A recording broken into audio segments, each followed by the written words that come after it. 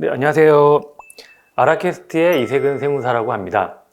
네, 이번 시간에는 짧게 이게 병원의 이제 손익계산서 등 그 재무제표가 왜 중요한가에 대해서 한번 좀 간략하게 좀 설명을 드려보려고 합니다. 뭐 원장님들이 그 손익계산서는 이런 것들은 이제 익숙하니까 제가 먼저 말씀드리는 건데, 뭐 대표적으로 알고 있는 재무제표이실 거예요. 근데 저희가 이제 중간중간에 결산을 내서 원장님들한테 이제 경영 현황 이런 것들을 보고 드리는데, 원장님들은 사실 매출액 얼마, 뭐 그래서 이익 얼마, 사실 이것만 보시죠.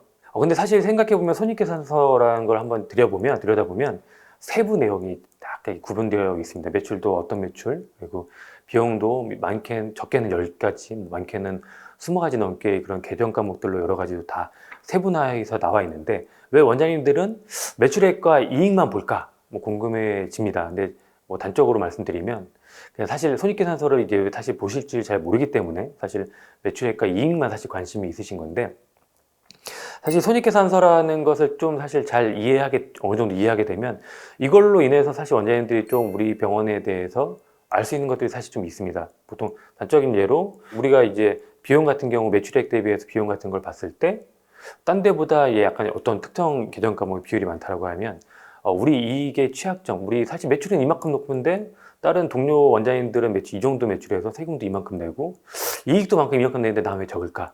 이런 것들을 사실 손익계산서에서 다 파악을 사실 해볼 수가 있는 거죠. 우리 병원이 이게 인건비가 쓸데없이 많구나.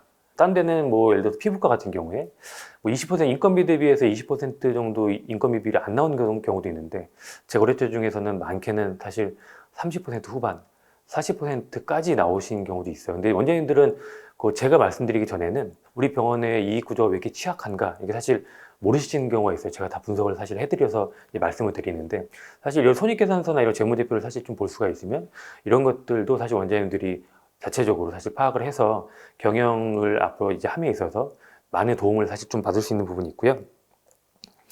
그리고 사실 이 손익계산서나 재무제표를 사실 아우르는 것이 이제 회계라는 개념인데, 이 회계는 사실 원장님의 이제 의사결정에 중요한 사실 도구가 될 수가 있습니다. 뭐 손익계산서나 이런 것들, 그런 재무제표를 보는 것만 저희가 이제 회계라고 하진 않고요.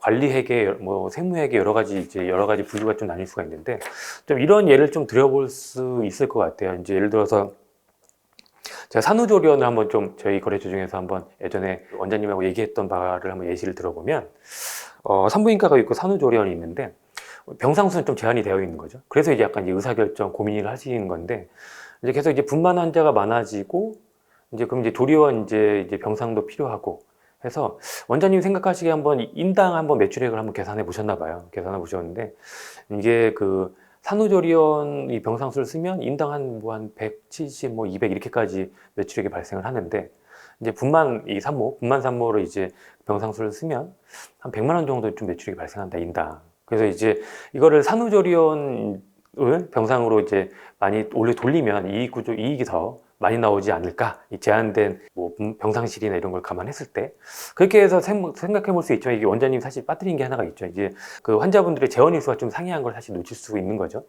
예를 들어서 이제 분만 산모 같은 경우에는 보통 3일 정도 머무르고, 산후조리원 같은 경우에 보통 이제 10일 정도 좀 머무른다고 보면, 사실 이런 거를 하루당 인당 산모의 매출액을 비교해 보면 분만 산모의 사실 매출액이 사실 제 기억에 한 두세 배 정도 많았던 그런 기억이 있는데, 물론 이제 엄밀하게 더 계산을 해본다고 더 심도 있는 의사결정을 하기 위해서는 각각에 대해서 비용이 실질적으로 얼마 정도 이제 들어가는지에 대해서도 같이 고려를 해봐야 되겠지만, 이런 것도 어쨌든 이런 것들 매출액을 한번 고려해보고 이런 의사결정을 하기 위해서 사실 제일 중요한 거, 선행돼야 하는 것들이 사실 회계라는 개념인 거고, 그렇기 때문에 원장님은 이제 이제 세무 전문가나 회계 전문가처럼 바삭하게 아실 필요는 없지만 이런 것들에 대해서 이제 익숙해져야 한다. 라는 걸 한번 말씀드려보고 싶고, 이런 것들이 약간 더 나아가서 이런 것도 해볼 수 있어요. 만약에 손익계산서나 재무제표가 어떻게 이루어지는 구성이 되는지 이런 것들에 대해서 어느 정도 좀 이해가 되면 여러 가지 해볼 수가 있습니다. 손익분기점, 우리 병원의 손익분기점은 어느 정도냐, 어느 정도가 된다. 뭐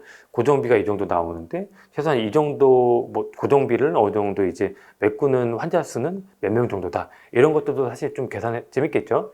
이런 것들도 사실 계산해 볼 수가 있고, 뭐 활동성 분석이라든지 뭐 수익성 분석, 그리고 뭐 성장성 분석 이런 것들도 해볼 수가 있어요. 뭐 성장성 분석이라고 하면 우리 지금 뭐 병원이 뭐 몇 년간 이제 매출액 아니면 이익으로 봤을 때 어느 정도의 성장을 하고 있다. 아니면 이제 이 규모에 비해서 어느 정도의 수익성을 달성하고 있다. 이런 것들을 사실 좀 해볼 수가 있고 이런 것들이 사실 이런 것들 해보면서 원장님들이 나름 진료 외에 경영에 좀 묘미 재미를 느껴볼 수 있는 부분이라고 좀 생각이 듭니다. 그래서 이제 저희 아라 메디컬 그룹에서는 저희 이제 그 숫자로 배우는 병원 경영이라는 강좌를 좀 이제 개설을 해서 이제 원장님들한테 이런 것들에 대해서 좀, 뭐, 깊게는 아니지만 뭐 약간 재미있게 좀 강의를 드려볼 계획입니다. 그렇기 때문에 3월 달부터 이제 강의가 진행될 계획이기 때문에 이런 것들에 좀 관심이 있으신 원장님들은 많은 이제 참여 부탁드리고요. 이런 것들을 해야 사실 원장님들이 많이 궁금해하시는 이 세무사와 이게 회계사 이 세무사분들하고 소통을 할 때 잘 이해가 안 갔던 부분에 대해서 더 앞서서 좀 이해를 해볼 수가 있고 또 이제 즐겁게 이제 세무사들을 이제 맞이할 수 있는 뭐 그런 경험이 될 것 같습니다. 이 숫자로 배우는 병원 경영 많은 참여 부탁드립니다. 네, 감사합니다.